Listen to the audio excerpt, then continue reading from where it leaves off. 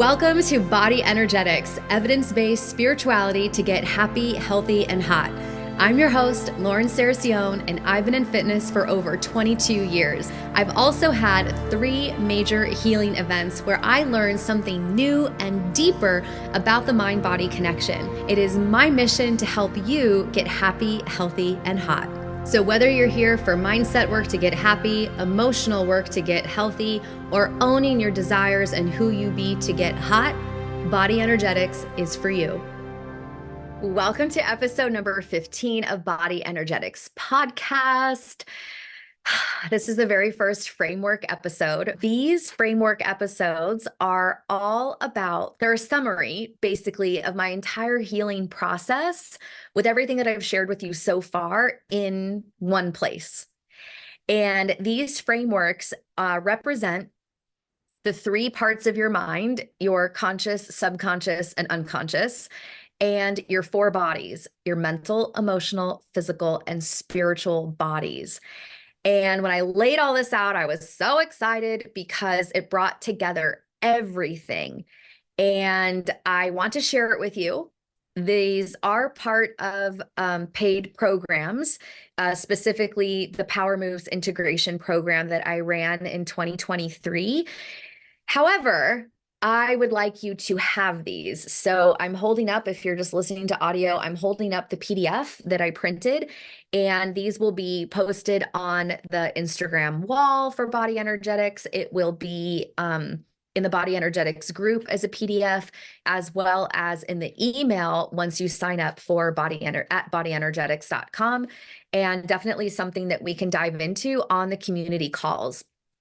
So I'm kind of feeling like these episodes are going to be pretty brief because they're really going to be kind of like a how-to of the stuff that we already talked about. Like now we're tying everything together of what I've shared with you on the other episodes. So let's get started. The root cause and mindset. This is framework number 1. And a lot of us, like when you are starting your healthy eating journey, especially if you've done binge eating, you've been told that there's a root cause to this behavior. And we're doing the behavior because we're avoiding feelings. We don't want to feel our feelings. And then when you kind of move into more of the objective spaces that aren't so much about inner child healing and feelings, we're like, okay, matter of factly, we've been restricting ourselves for too long. And physiologically, our body is like, give us the salt and sugar and fat now, and give us a ton of it. So we can really look at our behaviors 2 ways: as very matter of fact, cause and effect on the physical level, but then also on the emotional level.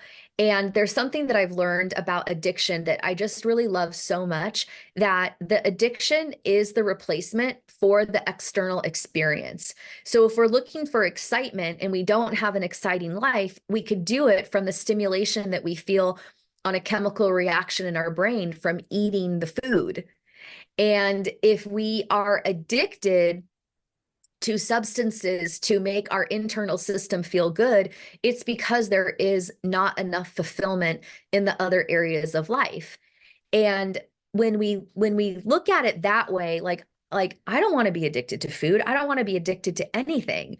I want to be able to take or leave anything. I don't want to feel an insatiable appetite for anything, honestly, because I don't want to be attached to anything. This life is this body is not going to be here forever, but my soul will. Like I don't want to live in a place of attachment to anything that's on the physical plane, to be quite honest with you.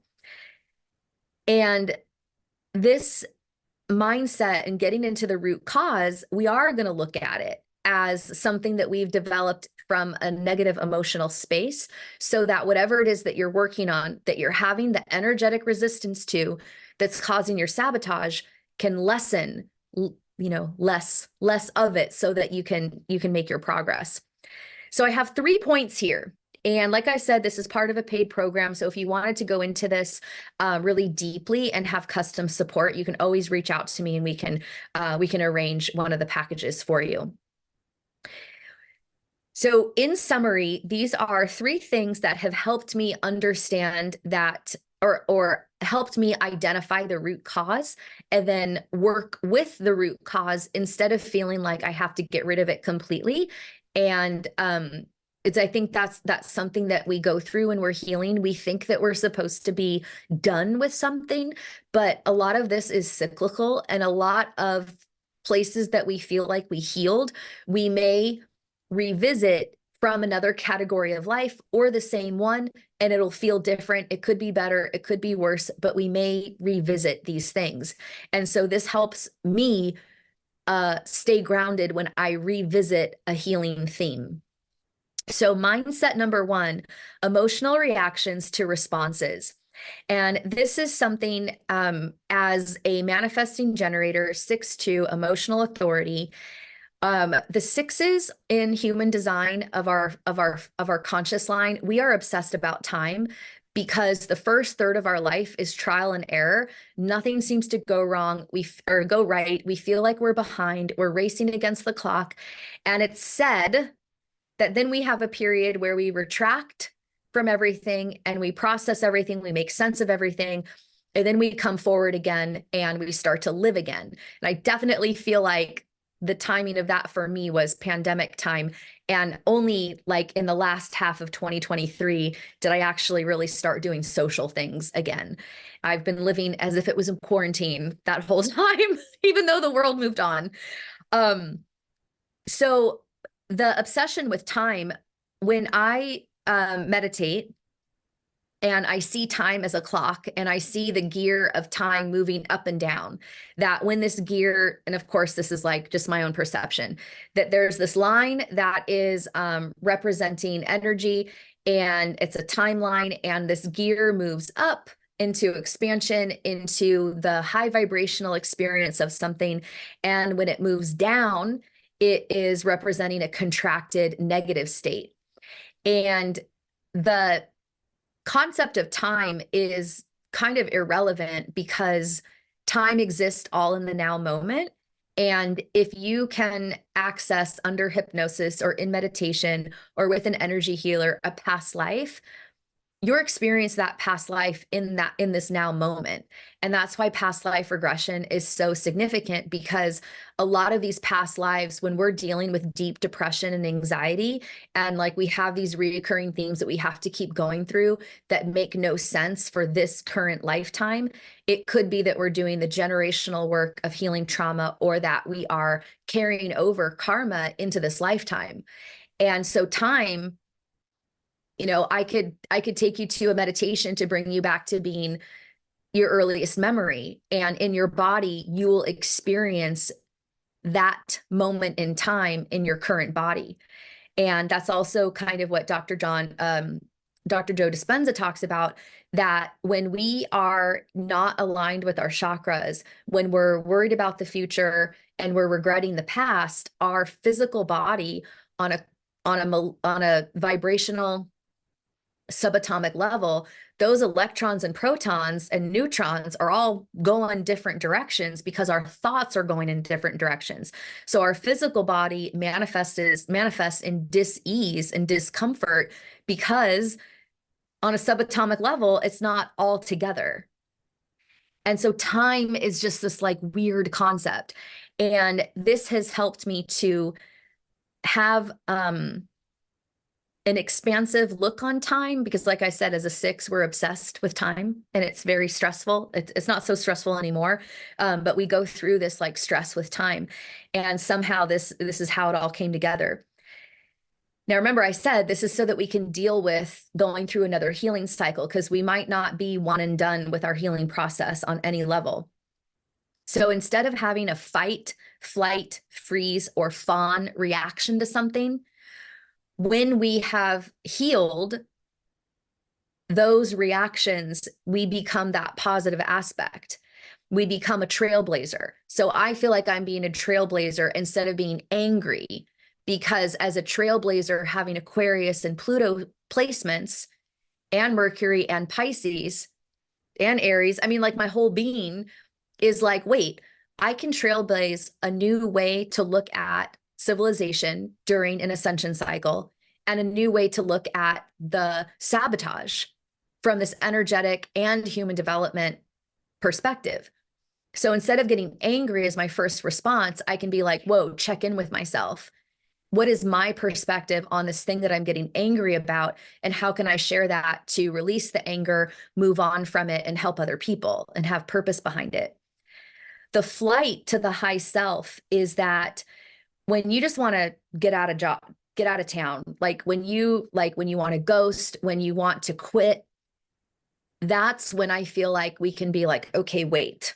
So if I'm on this human level and I want to fly, I don't want to be here. This is too scary. This is too much. I want to check out. What if instead of feeling that fear and want to get away, we actually go within and up? We actually go into our high self.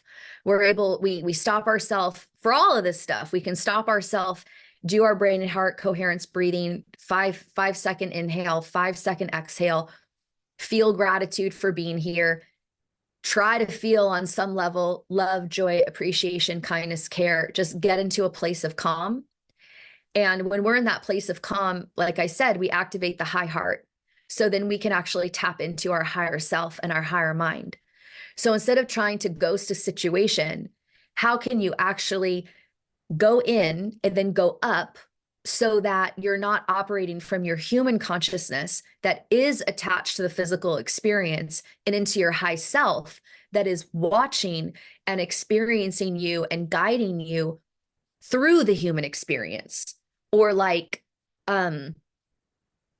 thinking in the high self way, thinking in a way that reminds you, what do you believe about energy? What do you believe about the human experience? What do you believe about the souls? What do you believe about astrology? Because if you believe all these things that you say you believe and you're thinking from your high self perspective, you won't be thinking so much from the fear perspective that makes you want to cut and run. The freeze and the watcher is that when we're stuck in analysis paralysis, when we are so anxious we cannot get out of bed, that we actually do freeze. And this like always reminds me of Game of Thrones, when the guy that was paralyzed from being thrown out the window by his uncle, when he closes his eyes and he watches things and it's cold, it's frozen. I feel like we just are like, okay, pause. And our whole life just goes on to pause. And then we can tune in and watch what's happening in my career, what's happening in my relationships, what's happening with my finances, what's happening with me in taxes or the government in general, what's happening with my body image, where am I at in my cycle, am I PMSing? You just press pause. You're already too anxious to do anything. So instead of being in freeze and startle and oh shit, we're like, pause, bitches. And then you really can like then tune in maybe to your high self and have this other perspective and actually watch, like go watch the beginning credits for Game of Thrones and how the map comes up. Watch the story. We are living the Game of Thrones right now. And then fawn and lover, when we have that fawn response, this is where we really build up the resentment, because we're having this response because we're just like, oh, no, it's okay. I'll do whatever you want. I won't say it this way. I won't act this way just to make sure that you stay comfortable. I'm not going to disappoint you. But then we're doing so many things out of alignment. It's a square peg in a round hole. It doesn't work. The fawn response does not work long term. And if we keep not doing what is in alignment for us, we build up resentment towards that person or towards that thing. Then we have anger. Then we feel guilty for being angry. And then we internalize it. Then we get depressed. Then we deteriorate our body. So the lover would actually be when you have these experiences where where you're going to disappoint someone or you have to draw a boundary. You can actually voice, I love you and I can't do this. I would love to hang out with you right now, but I have to do this other thing. And as an entrepreneur, and as someone who has a physical goal, people they see the entrepreneurialism as freedom, that you don't have a boss to clock into. But guess what? If you don't put in the work, especially in the beginning of your business, there is not going to be no non-working time, right? Like it's always a lot of work in the beginning, but a lot of people hear the word business owner, entrepreneur as you have all this flexibility. And why can't you do this thing for me at 3 o'clock in the afternoon? You're not at work. You don't have to call in sick. Well, yeah, but if I don't do this thing right now, I'm not going to get it done. And then that means that this email can't go out and this post can't go out. And then I can't launch this program. Well, you can do it later. No, I can't do it later because I have to actually live a personal life too. Like that's the road of the entrepreneur. And then when you're doing something for your business or for your body, it seemed as selfish if you're like, I can't go out for margaritas. It's not going to fit my macros. I'm not drinking right now. It makes me too bloated. And for people who have a lifestyle that they are not doing anything to make dietary or lifestyle changes, when you say no to them, they get offended, right? So the fawn to lover is that you communicate like, I love you, I care about you, I want to hang out with you. I can't do it right now, but I can do it later. And in that way, you are being so loving, setting boundaries. I remember hearing Brene Brown talk about boundaries as the most loving thing you could do. And that I was like, what are you talking about? That is not. And like, that totally freaked me out, but now I get it. Okay. And then the third thing that helped, so now those are mindsets number one, to look at these nervous system reactions in their positive aspect and how you can feel that nervous system reaction and notice what you're going into, fight, flight, freeze, or fawn, and then switch it to the trailblazer, high self, watcher, and lover. Then we have mindset number two, thought pattern origins. The origins are, I'm not good enough, I'm too much, I did something bad, therefore I am bad. And this goes into what I've talked about, how when the child has a traumatizing event happen of a feeling, a negative feeling, or a negative thing that happens, the information goes into the brain, it separates the mind body, and it's what do I have to do to not feel bad? And what do I have to do to not be bad? What do I have to do to not identify as being bad? How do I prevent the bad thing from happening? And when we can look at this, that the original thought of the child, the thought origin that then gets applied to whatever thing that we're focused on in any area of life where we're getting attached to it and we're making it mean something about us if we make it or if we don't make it. I'm not good enough. I'm too much. I did something bad. Therefore, I am bad. And this is kind of like what I was sharing in episode number 12 with attachment theory and self-love, that if we have the dream body and then we have the sabotage that happens to prevent the dream body from actualizing, what's actually happening on the energetic emotional level from the inner child alarm is usually one of two things in like a spectrum of it. From the not good enough thought origin, I'm not good enough.